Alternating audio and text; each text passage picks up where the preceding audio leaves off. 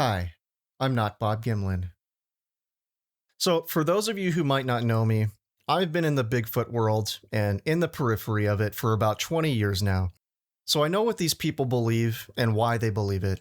I've dissected them like a high school kid who's dissecting a frog in biology class. And whether you believe in Bigfoot or not, I'm going to point out a major flaw in their logic. It's something that I like to call Pretzel logic, because that actually happens to be my favorite Steely Dan song. So let's get into it. It works something like this. The average believer in the Patterson-Gimlin film is usually going to cite unnamed experts who have analyzed the footage and have been baffled by it. They've concluded that there's just no way for the subject in the film to be a man in a suit. And then when you press them for further information on who these so-called experts are, the most common names that come up are Bill Munns, Dr. Grover Krantz, and Dr. Jeff Meldrum. Appealing to authority is something that Bigfoot believers and grifters often do, as they cherry pick their experts and grant a tiny group of favored authorities enormous weight, while dismissing the much larger body of qualified people who remain unconvinced. And if you manage to point this out to them, some of them might, as a last-ditch effort to win an argument, resort to using Native Americans as metaphorical human shields, by daring you to say that Bigfoot or the Patterson-Gimlin film isn't real to the face of a Native American. You wouldn't say that to a Native American now, would you? But for now, we're going to set aside the obvious flaw in this argument. The believer generally starts with the premise that the Patterson-Gimlin film is real footage of a real Bigfoot because a handful of people that they have granted the title of expert to have proved that it's real beyond a shadow of a doubt.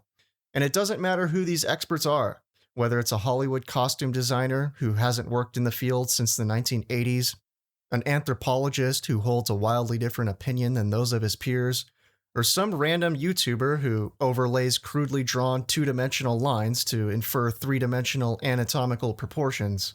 It doesn't matter. They've arrived at their conclusion first, and they're simply looking for someone, anyone, to confirm it. And there's no shortage of snake oil salesmen on YouTube and in podcast forum who are willing to step in and be that guy.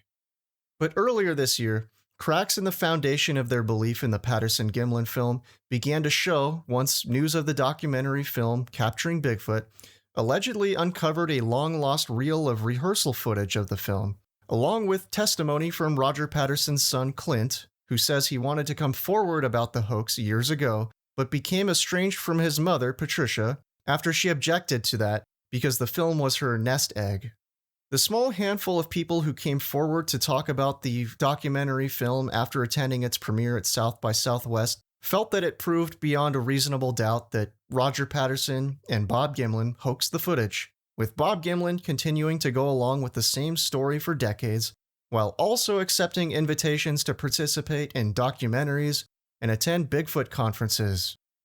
Assuming that the film's contents are as they're purported to be, a level-headed individual might conclude that this puts the final nail in the coffin of this film.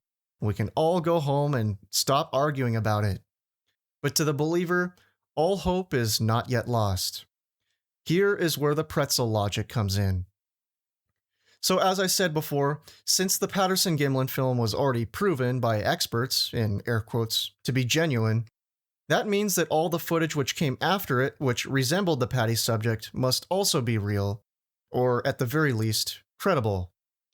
But now that the Patterson-Gimlin film is under very real threat of being exposed as a hoax, this logic now works in reverse. If the subject in a later video looks like Patty, some believers say that this makes the later footage more credible. Then, once enough later footage has been declared credible because it resembles Patty, that pile of credible footage is then turned around and used as evidence that Patty must have been real in the first place. Therefore, according to these people, the newly surfaced rehearsal footage must be a hoax, or some AI-generated video, or it was just a recreation by Al Diatley. Nothing to see here. The mental gymnastics never end. Patty has always been the gold standard used to judge later Bigfoot footage by, such as the Independence Day footage, the Paul Freeman footage, and the Memorial Day footage, just to name a few.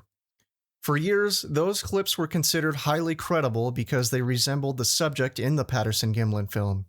But now the logic has been flipped. Those same clips are now being used as evidence that the Patterson-Gimlin film is genuine, because the Patterson-Gimlin film resembles the subjects in those other films. So in other words, once upon a time, those pieces of footage borrowed credibility from the Patterson-Gimlin film, and then now, suddenly, the Patterson-Gimlin film has found itself borrowing credibility from those pieces of footage. So it's like an intellectual Ponzi scheme. This is what I like to call pretzel logic.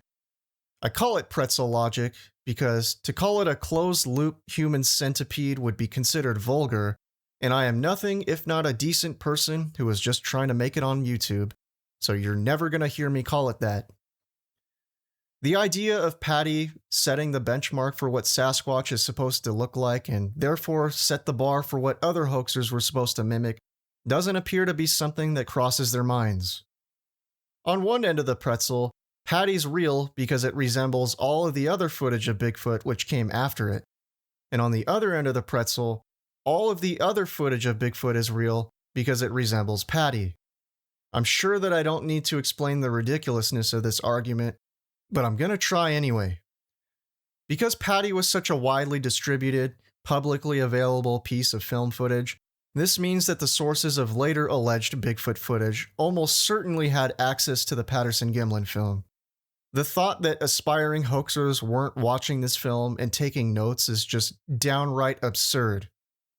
Since Patty was the frame of reference that everyone already knew, and was proven, in air quotes, by experts to be a real Sasquatch, any hoaxer worth his salt would be trying his hardest to imitate Patty.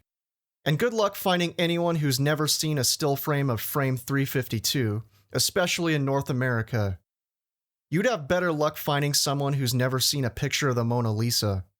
Hoaxed videos aside though, if you ever listen to a Bigfoot podcast, such as Wes Germer's Sasquatch Chronicles, you'll constantly run into stories where people compare what they saw to Patty. They repeat many of the same tropes that people regurgitate about Patty, such as, it had a cone-shaped head, or its arms were too long to be a human, or my personal favorite, I could see its muscles moving underneath the hair. So if you're a cynic like me, you might be tempted to attribute this pattern to these supposed eyewitnesses just borrowing credibility from the Patterson-Gimlin film.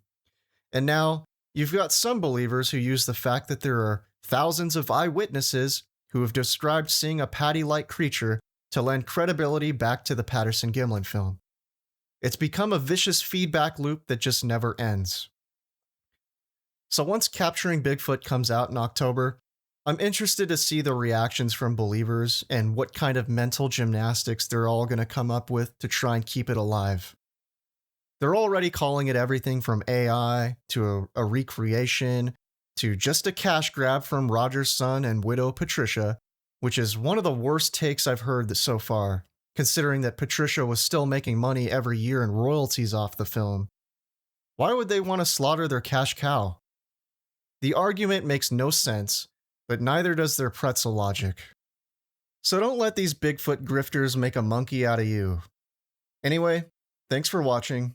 Like or dislike, share, and subscribe, and I'll see you all next time.